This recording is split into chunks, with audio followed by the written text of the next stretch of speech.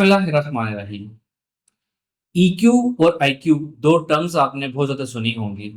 इनकी academic definitions के ऊपर जितनी गुफ्तगू की जाए कम है। हम इस वीडियो में इसके ऊपर प्रैक्टिकल बात करेंगे कि ईक्यू और आईक्यू में से क्या चीज़ ज़्यादा इंपॉर्टेंट है और उसको हम कैसे बढ़ा सकते हैं। सिंपल डेफिनेशन में बात करें, आईक्यू एक पुरानी टर्म है जिसको इंटेलिजेंस कोशेंट कहते हैं। साइकोलॉजिकल टेस्टिंग होती है डिफरेंट किस्म की, जिसमें न्यूमेरिकल क्वेश्चंस होते हैं, जिसमें कुछ आइडेंटिफिकेशन वाले क्वेश्चंस होते हैं, टेक्निकल क्वेश्चंस होते हैं।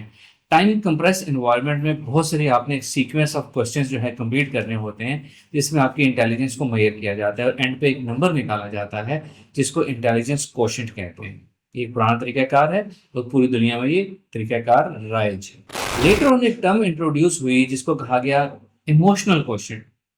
इसके पीछे थीम ये था कि ओरिजिनल इंटेलिजेंस जो है, जिसको इंटेलिजेंस कोशेंट हम कह रहे हैं, ओरिजिनल इंटेलिजेंस कोशेंट जो है वो मेजर नहीं किया जा सकता, क्योंकि इंसान जब भी किसी टेस्ट वाली इन्वायरमेंट में होता है, एग्जाम वाली इन्वायरमेंट में होता है, तो उसके कुछ इमोशंस इन्वॉल्व हो जाते हैं। मिसाल के तौर पर fear of unknown, fear of being judged, exam का फियर, एक स्ट्रेस, एक नर्वसनेस इंसान के ऊपर होती है।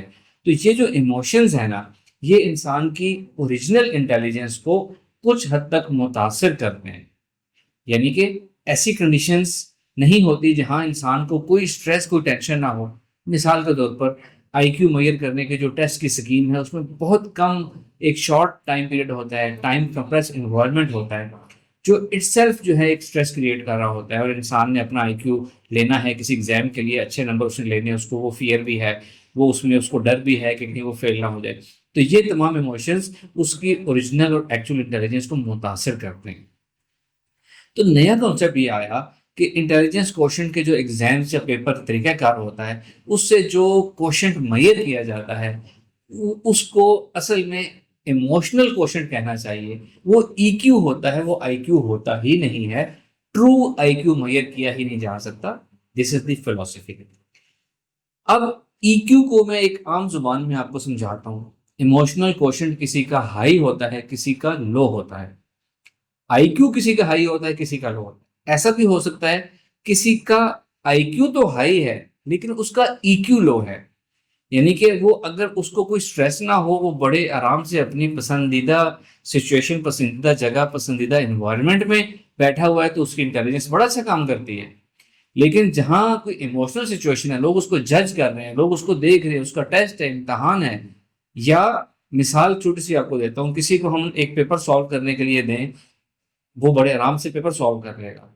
वही पेपर अगर उसको उसके सर के ऊपर एक गन रखी जाए, गन पॉइंट में उसे कहा जाए पेपर सॉल्व करो और ठीक सॉल्व ना किया तो आपको हम थ्रेट करेंगे, शूट कर देंगे, तो उसके लिए वही पेपर जो बहुत आसान था वो सॉल्व करना बहुत मुश्किल हो जाएगा। Sorry for this rude example. इसकी प्रैक्टिकल एग्जाम्पल्स ये होती हैं हमारी लाइफ में कि बाज़ बात ऐसा होता है, हमारे सामने कोई सिचुएशन बन जाती है, अल्लाह ताला हम सबको महफूज रखे, हमारे घरों में, हमारे वर्क प्लेस पे कोई ऐसी इमरजेंसी सिचुएशन पैदा हो जाती है जो कि इमरजेंसी सिचुएशन है। अब बाज़ लोग होते हैं, वो उस इमरजेंसी सिचुएशन में उनके हाथ पांव फूल जाते हैं, उनका जहन काम करना छोड़ देता है, वो जो नॉर्मल ज़िंदगी में करते हैं वो उससे भी चले जाते हैं, वो बिल्कुल बेहिस होके और एक खुद लाइबिलिटी बन के जो है किसी साइड पर पड़ जाते हैं, उनको बचाना पड़ता है। दूसरी तरफ उसी इन्वायरमेंट में कुछ लोग ऐसे होते हैं जिनके औसान खता नहीं होते, जिनकी इंटेलिजेंस बरकरार रहती है और वो इससे निकलने के तरीके सोचते हैं। मिसाल के तौर पर हम इस रूम में बैठे हैं, अगर खुदा ना खास्ता इस रूम में आग लग जाती है, तो एक इंसान ऐसा हो सकता है जो बस दरमियान में बैठ गया और परेशान हाल बैठा हुआ है कि आग लगी है, वो नहीं निकल सकता इससे। एक दूसरा इंसान है, वो ये सोच सकता है जैसे ही आग लगी उसके जहन ने काम करना शुरू कर दिया, ओके आग किस चीज़ पे लगी है, इलेक्ट्रिसिटी स्विचेस कहाँ है, मैंने ऑफ करने हैं, गैस का लीवर कहाँ है, बाहर निकलने का रास्ता कौन सा है, इंपॉर्टेंट चीज़ें कौन सी हैं जो मैंने बाहर लेके जानी है, कितने लोग हैं जिनकी मैंने जान बचानी है, जिनको मैंने बाहर लेके जाना है। इसको सोल्यूशन ओरिएंटेड अप्रोच कहते हैं। ये हाई ईक्यू की वजह से होता है। अगर आपका ईक्यू लो है तो आप किसी इमरजेंसी सिचुएशन में किसी काम के नहीं है, ना अपने किसी काम के, ना दूसरों के किसी काम के। अगर आपका ईक्यू हाई है तो आप अपने लिए भी ज़बरदस्त ज़िंदगी बनाएंगे और दूसरों की भी आप बहुत अच्छी हेल्प कर सकेंगे। डिफरेंट एग्जांपल देता हूँ। हमारे घरों में, हमारी फैमिली में अक्सर डायलॉग्स होते हैं, बातचीत होती है, इख्तिलाफ राय होता है, बात कोई सिचुएशन ऐसी बन जाती है कि कोई लड़ाई की सिचुएशन बन जाती है, उसको आपने कैसे हैंडल करना है। आप उससे बिल्कुल माउफ होकर साइड पे हो जाएंगे, या आपने उसको इंटेलिजेंटली हैंडल करना है, सिचुएशन को चेंज करना है, मोल्ड करना है, लोगों का जहनों का रुख किसी तरफ मोड़ना है। ये तमाम चीज़ें हाई ईक्यू से होती हैं। और आप यकीन करें, आजकल की दुनिया में ज़िंदगी में कामयाब किसी ने अगर होना है ना, तो उसको हाई ईक्यू चाहिए ही चाहिए। वरना लो ईक्यू वाले बंदे जो हैं वो बुरी सिचुएशंस में फेल हो जाते हैं, नाकाम हो जाते हैं। और ज़िंदगी तो नाम ही इम्तहान का है, ज़िंदगी टेस्ट करती है सिचुएशन से, चैलेंजेस से। तो हाई ईक्यू अचीव करना हम सब की ज़रूरत है।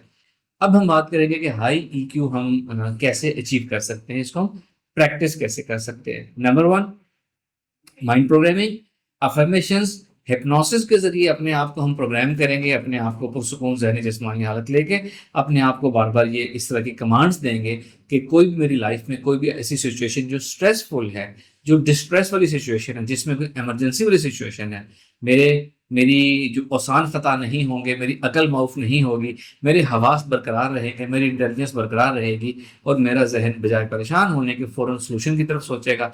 इंटेलिजेंट, एक्यूरेट, बेनिफिशियल आइडियाज़ मेरे जहन में आएंगे कि इस सिचुएशन से कैसे निकलना है, और मैं बिल्कुल कॉन्फिडेंट होकर इमोशनल कंट्रोल में रह के, इमोशनल मैनेजमेंट में रह के इन तमाम चीज़ों से मैं निकल पाऊंगा। इस तरह की इन्फॉर्मेशन अपने आप को कहते रहें, बार बार प्रोग्राम हो जाती है हमारे अंदर। दूसरी चीज़, मिलती जुलती चीज़ जो माइंड प्रोग्रामिंग करती है, उसको विजुअलाइजेशन कहते हैं। विजुअलाइजेशन ऐसे की जाती है कि फॉर एग्जांपल आपने कोई फुटबॉल मैच खेलना है, कोई ऐसी जिसमें ऐसी स्पोर्ट्स या ऐसी फिजिकल एक्टिविटीज़ होती हैं जिसमें कुछ आपने चैलेंज करना होता है, कोई एक स्टेज क्रॉस करनी होती है, set of series of test के ज़रिए। आप उसको विजुअलाइज करें कि आप ये चीज़ जो है वो स्टेजेस कैसे आप क्रॉस कर रहे हैं, जो पहली हर्डल है कैसे क्रॉस कर रहे हैं, नेक्स्ट हर्डल को कैसे क्रॉस कर रहे हैं, ये सिचुएशन आप कैसे, आपका जहन जहन जहन काम करेगा, पहले क्या करेंगे, इस चीज़ से बचने के लिए कैसे कर सकते हैं, इसमें टाइम बचाने के लिए आपका जहन कैसे काम करेगा, और पूरी उसके अंदर इन्वॉल्व होके, विजुअलाइज होके आप वो सिचुएशन से अपने आप को निकलने के लिए प्रैक्टिस करते हैं। ये हम सब अपनी ज़िंदगी में करते हैं। फ़र्क सिर्फ ये है कि हम अपनी ज़िंदगी में ये एक्सरसाइज नॉर्मल चीज़ों पे करते हैं, जो अच्छी पॉजिटिव चीज़ें खुशी वाली होती हैं। आपका कल कोई इवेंट है, कोई आपने इवेंट मैनेजमेंट करनी है, आपके घर में फंक्शन है, कोई ऐसी चीज़ है, अच्छी चीज़ है, तो आप उसके ऊपर ऐसे विजुअलाइजेशन करते हैं। अब आपने क्या करना है, कोई अपने आप को, अल्लाह ताला हम सबको ऐसा इस सिचुएशन से बचाए, आपने कोई ऐसी सिचुएशन विजुअलाइज करनी है कि जहाँ पे कोई प्रॉब्लम हो गया है, कोई इमरजेंसी सिचुएशन हो गया, फॉर एग्जांपल कोई रोड एक्सीडेंट हो गया है, तो बजाय आपने वहाँ खड़े होके परेशान होने के और खौफज़दा होने के, आपने उसके सॉल्यूशन के तरीके सोचने हैं कि यहाँ किसको हेल्प की ज़रूरत है, फायर फायर वालों को कॉल करने की ज़रूरत है, एम्बुलेंस को कॉल करने की ज़रूरत है, नज़दीकी हॉस्पिटल कौन सा है, इनको कैसे लेके जाना है, लोग कितने ज़ख्मी हैं, किसको किस तरीके से बाहर निकालना है, एहतियात क्या करनी है, जो आगे पीछे लोग खड़े हो गए हैं उनको कैसे मुंतशिर करना है। एक रफ से एग्जाम्पल दिए मैंने। इसी तरह हम अपने एनवायरनमेंट में, अपनी स्कूल, कॉलेज, वर्क प्लेस की लाइफ में, अपने घर की लाइफ में डिफरेंट सिचुएशन, ऐसी इमरजेंसी की सिचुएशंस जो आपकी ज़िंदगी में हो चुकी हैं और जहां आप अच्छा परफॉर्म नहीं कर सके, मिलती जुलती वैसी सिचुएशन आपने सोचनी है, विजुअलाइज करना है, और आपने इंटेलिजेंटली प्लान करना है कि आप उसमें से कैसे निकलेंगे, क्या क्या स्टेप्स लेंगे, कैसे चीज़ें कंट्रोल करेंगे। जब आप ये बहुत ज़्यादा विजुअलाइज करेंगे ना कि आप ये चीज़ें कर रहे हैं, तो ऐसी सिचुएशन खुदा ना खास्ता आएगी, तो आपके अंदर वो प्रोग्रामिंग हुई भी होगी, आप वैसा ही परफॉर्म करेंगे। तो इस चीज़ की प्रैक्टिस मैं ये चाहता हूँ कि हर इंसान करे। वालिदैन अपने बच्चों को ये चीज़ सिखाएं कि हमने अपना ईक्यू कैसे हाई करना है, किसी स्ट्रेसफुल सिचुएशन से हमने कैसे इंटेलिजेंटली निकलना है, और हमने अपने जहन को कैसे ट्रेन करना है कि वो सोल्यूशन ओरिएंटेड अप्रोच जो है वो अप्लाई करे, उसकी तरफ आए, ताकि हमारी और हमारे बच्चों की ज़िंदगी आसान हो। Thank you very much. अस्सलाम वालेकुम रहमतुल्लाह।